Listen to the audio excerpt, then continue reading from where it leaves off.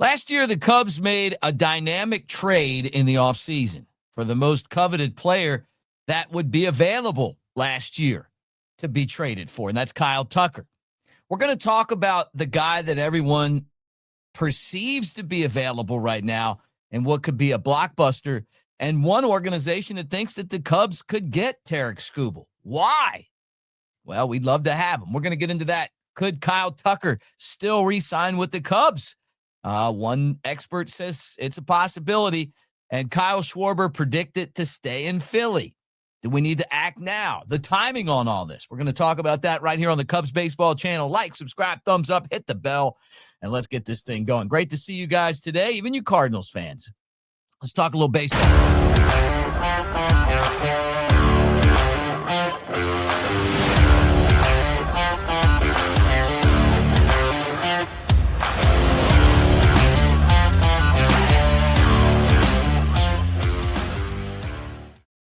Hey everybody, it is Mick Gillespie. Welcome to the Cubs Baseball channel. Thank you guys, too, for the messages every day, getting in the comments section, being a part of this.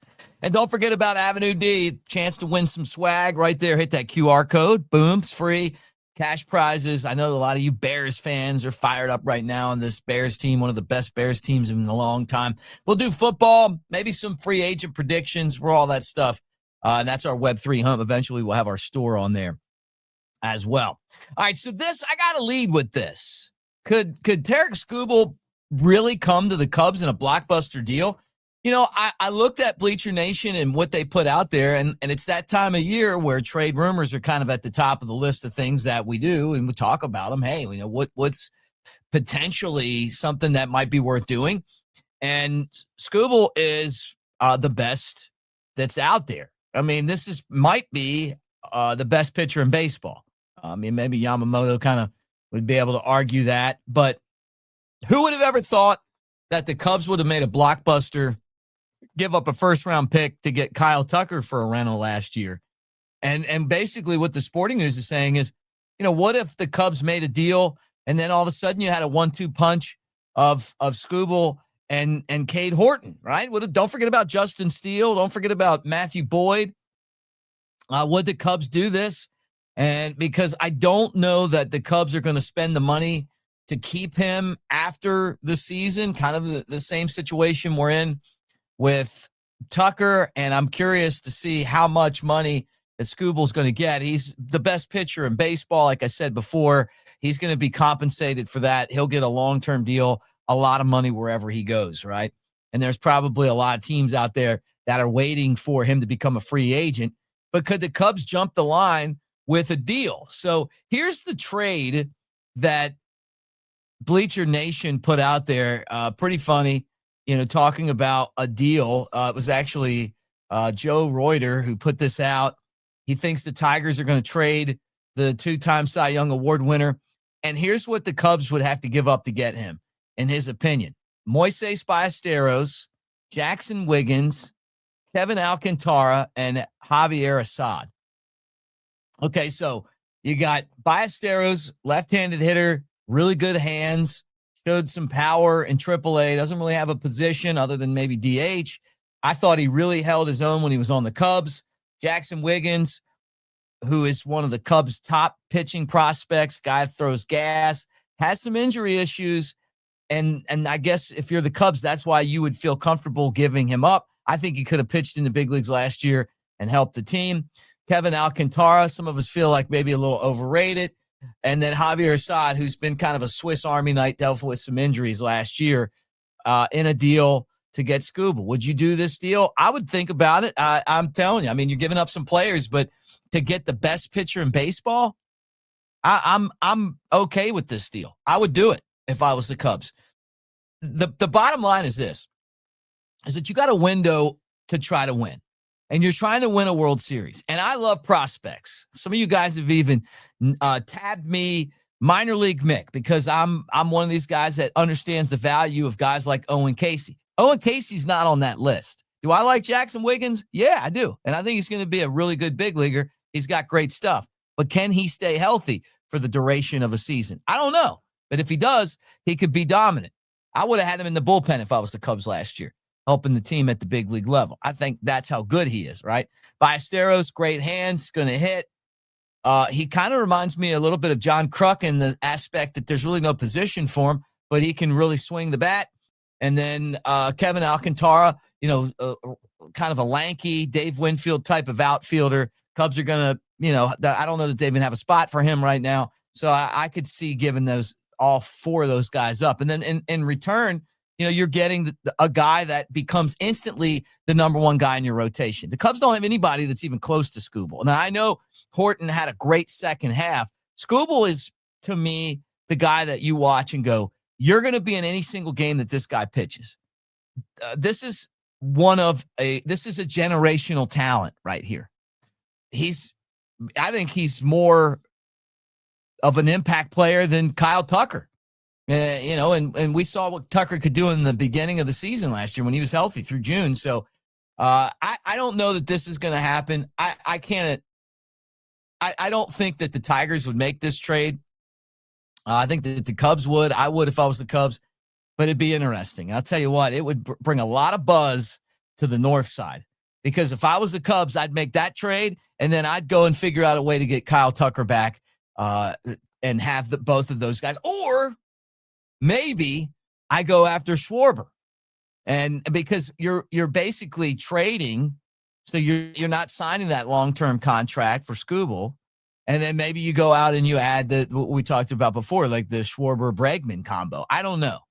Now, this was interesting. Jordan Bastian writes for MLB, like the Cubs, basically Cubs.com, MLB.com, and all that stuff. He's a good writer, and he's basically saying, don't count the Cubs out on the Kyle Schwarber sweepstakes. Kyle Tucker, all these Kyles. Kyle Tucker sweepstakes. I don't think he's saying that the Cubs are definitely going to re-sign Tucker, but he talked about how Tucker really enjoyed playing for the Cubs. And, the season in Chicago was a good season. Now, there's a lot of teams that are going to, you would think are going to go after him and try to sign him. But sometimes these guys don't get the deal that they want. And then they do like what Bellinger did or what Bregman did, and they sign a deal that's a multi-year deal, but that has the ability for them to option out of it. And it's really front end loaded, right? So maybe Tucker gets a big deal, right? Where the money's at the beginning, he can opt out, Cubs get him. And that's something that could happen if the market doesn't give him what he feels like he's owed, right? And I think that's, to me, as this business pans out, and Tucker's the top free agent on the market, I figure somebody's going to pay him and give him all those years that he wants. But it's worth talking about. Maybe the Cubs aren't going to be the highest bidder for him, but they may be the best spot for him. He's already proven that he fits in Chicago. He's a guy that the Cubs really covered. He was a great teammate. He did everything right. The other thing is the timing of some of these deals. And I'm going to talk about Kyle Schwarber. I guess I should probably talk about Schwarb's first, right? Is that Schwarber's predicted to stay in Philly, right? Of course, Philly's going to go after him, right? Of course they want to bring him back. But of course the Cubs should go after him too. And, and bring him home. The guy had 56 home runs and 136 runs batted in last year, and he hit 240. We want Kyle Schwarber in a Cubs uniform. And I'm sure that there's somewhere in his heart he wants to come back because he came up with the Cubs and he loves the Cubs. Not to say that the Phillies aren't going to, try to have him retire as a Philly. But MLB.com's Phillies beat writer, basically, Todd Zalicki, says that he expects the Phillies to re-sign Schwarber and that he's going to re-sign with the team. That's where he feels. And I don't blame Philadelphia for re-signing him. And then the other thing, and this is why I wanted to talk about that first, is that I think the Cubs are making a mistake if they don't get serious about bringing in Schwarber. It's up to him ultimately where he goes. He's a free agent. He gets to pick.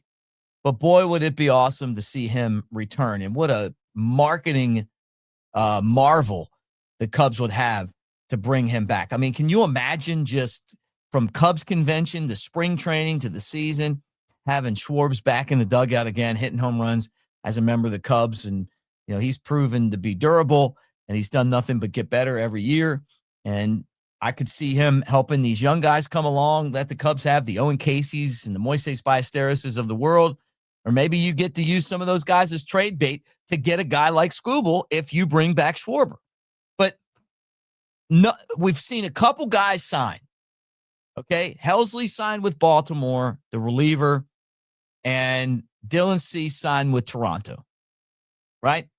The market kind of sits here. You either jump the market, guarantee yourself of one of these really talented players, or you sit back and wait, and somebody else could come in and swoop them away. And I feel like the Cubs are going to, if they're seriously thinking that they're in the Tucker sweepstakes, I know Bellinger's a guy that's available. Me personally, I'm passing on Bellinger. I like him, but I'm passing on him. I think we got Owen Casey, who to me is I think a better option financially and then long term, right? You got Kyle Schwarber, who would be great. And then you got, obviously Kyle Tucker, who is not going to sign until he gets the exact deal that he wants, and he shouldn't. He's the top guy on the market, right? So what does this all mean? You miss out on opportunities sometimes when you sit back and wait. And I think that's where a lot of, kind of the experts are sitting around going, okay, how is that going to affect teams like the Cubs if they're sitting back and waiting and they lose out on some of the other options that they have out there while they're waiting on Kyle Tucker or Kyle Schwarber? Now, if I'm the Cubs, I'm feeling good about one thing. And I just said it, Owen Casey. I know I got Owen Casey. I got an outfielder to take that spot. What's he going to look like over the course of a season? How long's the learning curve going to be? Whatever. He strikes out a lot. Is he going to make more contact? I don't know. But at least that the guy could get in there and help you. I don't think he's going to I don't think he's going to be one of these flops. I think he's going to do good. I just don't know how good. You got Moises Ballesteros, who could help you DH. Maybe you platoon him and Seiya Suzuki. So right now, you kind of have things covered if you needed it that way. And the Cubs always do this thing where they sign all of these like old dudes, veterans for spring training. And then, some of those guys make it. And, I don't know. Not always a big fan of that. Sometimes I am. It just depends. But I'd rather develop the talent that you have in your organization and let those guys be the future, because you look at teams like Cleveland and you look at teams like Tampa Bay, how they get better as the season progresses because they got young players. They're figuring the game out, instead of fading, because older players fade a lot because you get older and you run out of gas. I don't know why. It's just the way it is. It's been that way since, just minus steroid there. It's been that way forever. So you don't have to jump on somebody just because you feel like you have a hole to fill. But at the same time, how much are you willing to sit back, or how long before you make a move? And the other thing for me would be, are the Cubs serious? And I said this on a show a couple weeks ago. Are they serious? 2016, I knew they were serious. They were ready to go. They wanted to win. They could taste it. 2015, beginning of the season, was like, hey, we're doing this. And then all of a sudden it went like this, right? Are they serious? And the way that we'll know that is, how are they going to attack the needs that they have and spend money? Are they going to go get us a Bregman? Are they going to go out and get a Schwarber? Are they going to sit back and be okay losing Kyle Tucker and then, not really having a star to replace him with in the lineup? Are they going to go out and make a deal for Skubal? I'll tell you what they did right away. I'd be like, okay, we're ready to win again. So you guys tell me what you think. Thank you for being here. Make sure that you like and subscribe. I try to say that every show because I really want you guys to do that. So please do that. Also, don't forget about our AveD home right there. Hit that QR code, and we'll do it again tomorrow. Love talking baseball with you guys. It feels good. I kind of feel like something could be brewing. I don't know, but we'll see. And it might be brewing for another team and not us. But Winter meetings is sneaking up on us, and that's where I think a lot of this is going to be determined.